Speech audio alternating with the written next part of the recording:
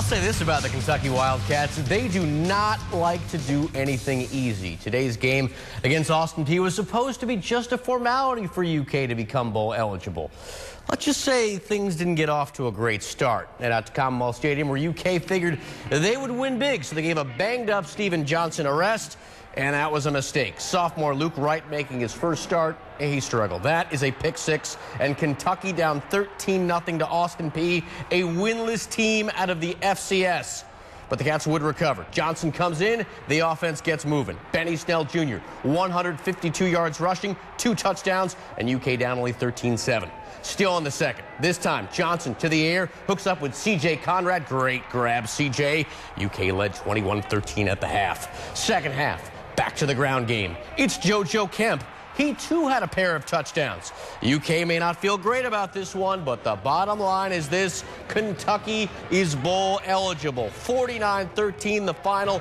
Here's John Lewis and Eric Crawford on how the Cats recovered. All right, guys, so the Cats are going bowling. As for Indiana, well, that remains up in the air. The Hoosiers also headed into today a win shy of bowl eligibility.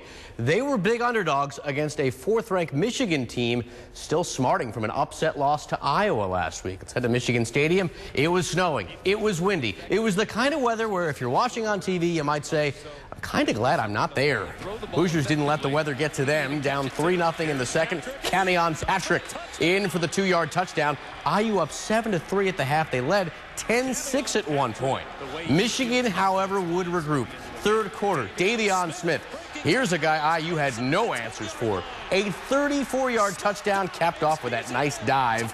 Michigan back in front 13-10. But Smith wasn't done. Later in the quarter, this time going 39 yards to the house. Smith, 23 carries, 158 yards. That made it 20-10. Michigan would go on to win by that same score.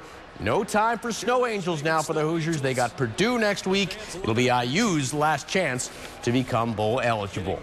Well, straight ahead, we turn our attention to IU hoops. We'll see if James Blackman Jr. can continue his hot streak. Highlights against Liberty coming up.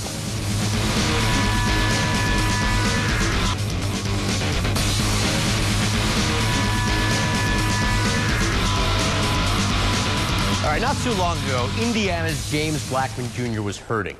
Now, he's the one dishing out the pain. Fully recovered from a torn ACL that ended his season last year, the 6'4 junior has been on fire for the 2-0 Hoosiers. 26 against Kansas, 23 against UMass Lowell. Blackman Jr. picking up right where he left off against Liberty tonight. First half, Hoosiers up big and looking for more. Blackman, that's a 3. He's been red hot from downtown, shooting better than 50%. Well, more from the junior, this time showing speed, getting to the rim. This was all part of a 24-0 run in the first half. Blackman led all scorers with 20, IU up 28. Second half, Hoosiers in complete control. Look at OG Anunoby. Hooping the foul, finished with 10 points, 11 boards. Easy win for IU. Hoosiers take it 87-48. They are now 3-0 this year. From the men now to the women, the Basketball Hall of Fame Challenge getting underway today at the KFC Yum Center. 3 games in 3 days for the undefeated 5th-ranked Cardinals, starting with Bowling Green this afternoon. And before they tipped it off, junior Myesha Hines-Allen was honored for recently topping the 1,000-point mark. She added to her total tonight. First period working in the post. Nice turnaround. She had 13 points. Louisville up 4 early. Later in the period, Allen spreading the wealth. It's Asia Durr. Came in hot. Left hotter, knocks down the 3, Cards up 9 at the break. Second half, they blew it open, or rather, Durr blew it open. Scored U of L's first 13 points. She finished with a career-high 34, and Louisville wins big 83-58. Afterwards, here's Jeff Walls and how Durr already compares to some of the all-time greats at the school. She's 4 games into her sophomore year. Before I sit here and tell you she's Angel and Shoney, let's give her a few more ball games. Is she talented? Yes. Right now, I want her to shoot it. You know, and I've told her that. When you're open, you shoot it. She's got a great little drive and fadeaway, which she showed tonight. You know, and part of this is because she puts all the time in. When you're in the gym working, your teammates see it, you can't get upset with somebody. Cards play again tomorrow at home against Lafayette. Finally, as we've seen with her decision to not stand for the national anthem, U.S. soccer star Megan Rapinoe is not shy when it comes to sharing her political views. You may not agree with all of her opinions, but you have to acknowledge she is passionate about making a difference. During the offseason, the U.S. midfielder travels around the country hosting soccer clinics. Today, Rapinoe stopped in Assumption Green to teach the game to more than 60 girls who gathered in the cold to learn from one of soccer's best. Rapinoe hopes these types of visits inspire girls to follow their dreams. I think it's really important for them to just physically see that it's possible. I think, we always have so many male role models, and growing up, I definitely had male role models more than women. So I think for us to be able to get in front of them, tell them what's possible, tell them our story, and just try to empower them and inspire them and do it in a way that makes them laugh, makes them have fun, and sort of make them feel good about themselves, I think is extremely important. Can't argue with that. That is it for sports. Remember, coming up tomorrow, the UK men's basketball team in action. We'll have those highlights. See you back here tomorrow night.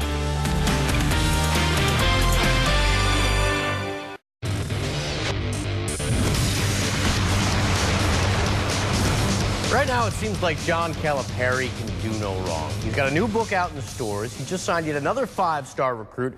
And oh yeah, his team is set to take over as the new #1 team in the land. The man with the Midas touch at Rupp Arena tonight, UK taking on Duquesne and not having any problems. Early in the first half, Wildcats running. Malik Monk finishing off the alley-oop. You can't stop that. Part of a 7-0 run. Isaiah Briscoe doing a good job of spreading it around late in the first. How about that pass right there to Michael Mulder? I hope you like dunks because that's all I'm going to show. How about this one? Bam Adebayo and one. UK up 27 after one. But the hits kept on coming in the second half. Off the turnover, it's Monk, and it is a poster. Right now, UK cruising. Cats up 74-38 late in the second half. All right, from basketball to football. And as expected, the Louisville Cardinals took a big tumble in the polls following their ugly loss to Houston on Thursday. As far as the top 4 goes, they are way on the outside looking in. Take a look now. The Cards coming in this week at number 11 in both the AP and coaches poll. It's an 8-spot drop from the previous week where they came in at number 3 in the AP. Here's how the top 4 looks. You got Bama, followed by Ohio State, Michigan, and then Clemson. Wisconsin right there on the edge coming in at number 5. Again, keep in mind the poll that matters most right now is the College Football Playoff poll, and that, of course, comes out later this week.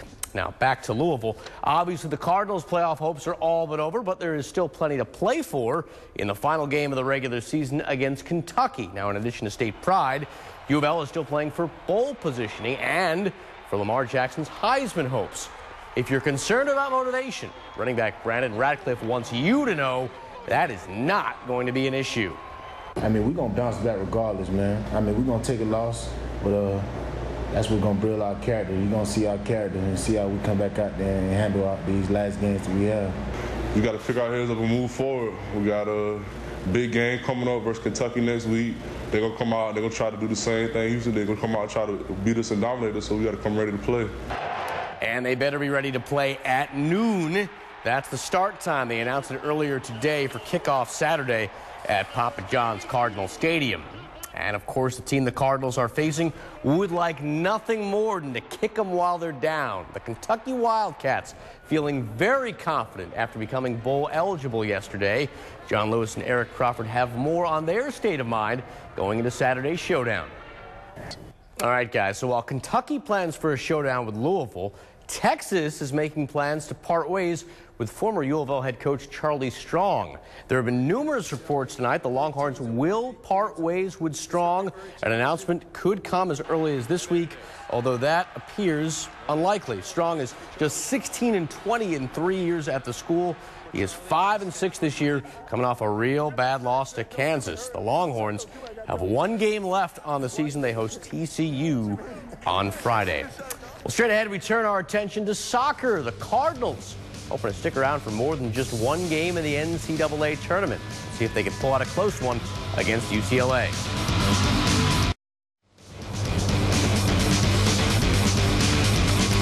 Got to give credit to head coach Ken Lola for getting the U of L soccer team back on track. After missing the NCAA tournament last year, the Cardinals are not only back in it, they're a host school for the second and third round. They got to get there first, though. After a first-round bye, Lola's Crew opening tournament play up tonight against UCLA. Cards not wasting any time getting on the board. First half, a little over 2 minutes in, off the free kick, Jack Gayton in front for the goal, and the Cardinals led 1-0. UCLA would eventually tie it. They'd go to overtime, and that's when sophomore Tate Schmidt, one of the biggest plays of his life. Look at this here, flying in for the header, and he scores the winning goal. Louisville wins 2-1 in OT. The Cards advance to the third round and will play Notre Dame. Staying with Louisville, but moving to women's basketball, the number 5 Cardinals continuing the Basketball Hall of Fame challenge with their second game in as many days. The Cardinals got off to a fast start today against Lafayette. First period, Mariah Moore, all kinds of time. She had 12. U of L busting a move. The Cards up early and looking for more. A bit later, how about the sensational sophomore Asia Durr coming off a 34-point game? She had 13 today, and this one was never in doubt. Louisville wins big, 92-48. Cards back to it tomorrow against Chattanooga. On to the NFL, man. Nothing is going right for the Cincinnati Bengals. They hoped their first home game in nearly a month would get them back on track. Instead, they left with even more problems than they entered with. Andy Dalton and company looking to stop a 2-game losing streak with a big matchup against the struggling Bills. Opening drive, this was a sign it would not be their day. A.J. Green dropped the ball. He was hurt on the play, and he would leave the game with a hamstring injury. He would not return. Bengals, however, would show some heart. Second quarter, Dalton finds Tyler Boyd. It's his first career touchdown, but Mike Nugent would miss his second extra point of the day. So down the stretch, instead of kicking a field goal for the win, they needed a touchdown, down 4, last play. Dalton to the end zone. Batted down, that's it. Bengals lose 16-12. Here's Marvin Lewis on what could have been. It's disappointing to... Bengals dropped to 3-6-1 this year. Meanwhile, no matter what kind of season the Colts are having, one thing it seems they can always count on is a win against the Titans. Indy, an unbeaten streak against Tennessee, goes back 5 years. Andrew Luck looking to make it 11 straight today. They led 7-0 in the first, and then they got tricky. Frank Gore taking the snap here. He gives it to Luck, who then gives it right back to Gore. 49-yard gain that led to a score. Colts at one point led 21-0. The Titans would battle back. Fourth quarter, they were down 7. They go for it in 4th and 1. The Colts defense, the big stop. DeMarco Murray coming up short, then fumbling it. Colts take it 24-17. Finally, folks, it is U of L Kentucky week coming up tomorrow. Be sure to catch press conferences from both teams. We got Stoops at noon, Petrino at 1:30. You can watch them both on WDRB.com. And that is Sports Tonight. I'm Mike Lissette. See you right back here tomorrow.